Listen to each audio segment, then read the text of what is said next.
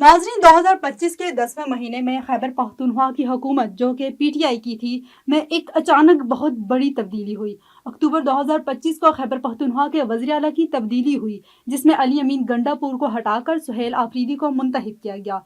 इस तब्दीली की बुनियादी वजह सूबाई असम्बली में सियासी इत्तेहाद और पार्टियों के अंदर इख्तलाफात था, जिनकी वजह से हुकूमत में इस्तेहकाम बरकरार रखना मुश्किल हो गया था। अली अमीन गंडापुर के नाकदीन ने इनकी बाज़ पॉलिसियों और इंतजामी फैसलों पर तहफ़्फ़ुज़ात ज़ाहिर किए, जिससे पार्टी क़यादत ने तब्दीली का फैसला किया।